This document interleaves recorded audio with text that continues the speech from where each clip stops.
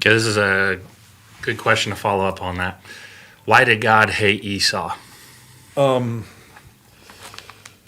Most likely, where you're getting the passage, where you're getting that idea from is from the book of Romans, and that's in the book of Romans in chapter 9, and it says, talking about the children of Isaac, and I'm gonna read the whole passage.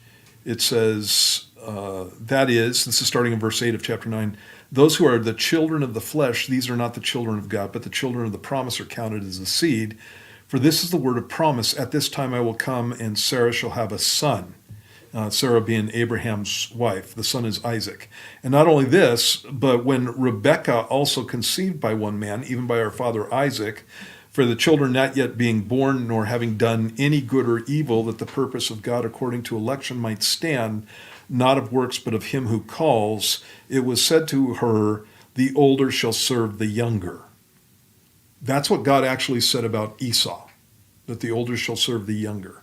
That's in the book of Genesis. And looking at my references right here, that's in Genesis chapter 25, verse 23. Okay?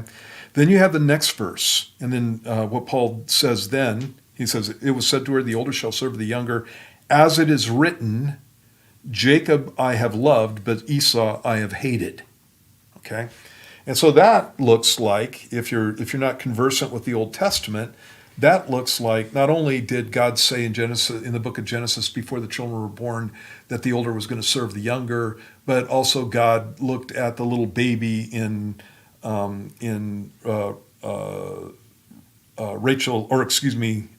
Rebecca's womb and said, I hate this one and I love the other one.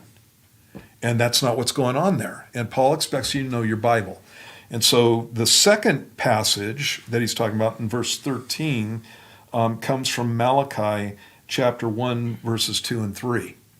Okay, so when you're talking about Genesis, you're talking about 2000 BC. When you're talking about Malachi, you're talking about 400 BC. You got 1,600 years between those two verses. And what happened in those 1,600 years is Jacob became the nation of Israel and Esau became the nation of Edom. And when God is speaking in the book of Malachi, he's not talking about the babies. What he's talking about is the nations. And what ended up happening was Jacob's nation became a nation that served God, not faithfully and not continually, but finally. They became a nation that served God, and Esau's nation, Edom, became a nation that was against God, went into deep pagan, just pagan false worship, deep paganism, and literally were offering their children routinely up to false gods. And in fact, it's where Israel got influenced to bring in gods like Molech and those kind of gods where there was child sacrifice. And so God did not like Edom. In the book of Obadiah is all about the final judgment of the nation of Edom. To give you a New Testament example of what Edomites are like, the Herods were Idumeans, and that means they're Edomites.